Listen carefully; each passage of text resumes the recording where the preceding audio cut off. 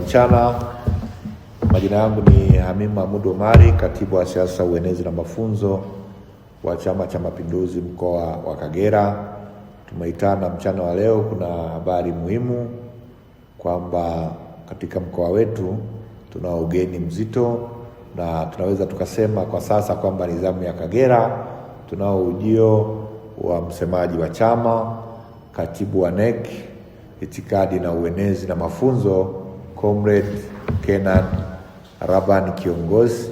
Atatembelea mkoa wa Kagera kuanzia tarehe 26 ya mwezi huu wa 3 mwaka 2026 hadi tarehe 28 ya mwezi huu wa 3 2026. Madhumuni na lengo la ziara hii ni kuimarisha chama kwa maana ya kwenda kwenye mashina.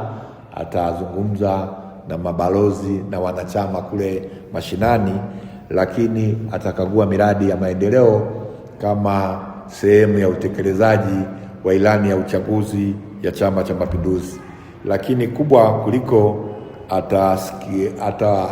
atazungumza na wananchi kupitia mikutano ya hadhara, na moja ya agenda pendwa ambayo imeonekana kuwa na mvuto, atasikiliza kero za wananchi na kuzipatia ufumbuzi papo kwa papo.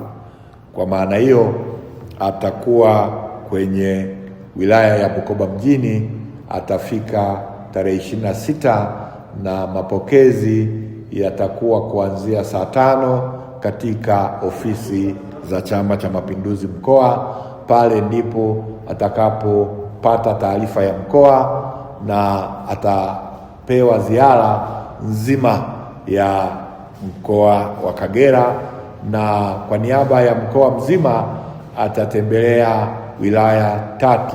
Atafanya ziara tarehe 26 Bukoba mjini, tarehe 27 atafanya ziara wilaya ya Mreba, lakini tarehe 28 atahitimisha ziara yake kwenye wilaya ya Biharamulo.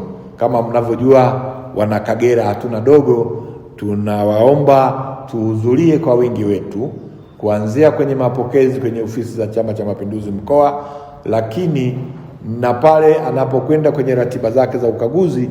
Lakini kubwa kuliko, atakuwa na mkutano mkubwa wa hadhara tarehe 26 pale kwenye uwanja wa Uhuru platform maarufu kama kwa Mayunga, na kesho yake ndipo ataendelea na hizi ziara za ukaguzi wa miradi pamoja na kwenda kwenye mashina kwenye wilaya za Mleba, na tarehe 28 atahitimisha Biharamulo.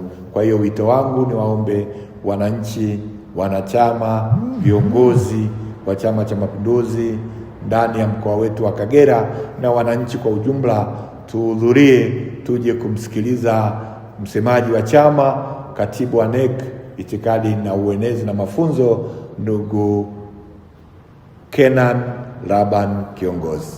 Asanteni sana.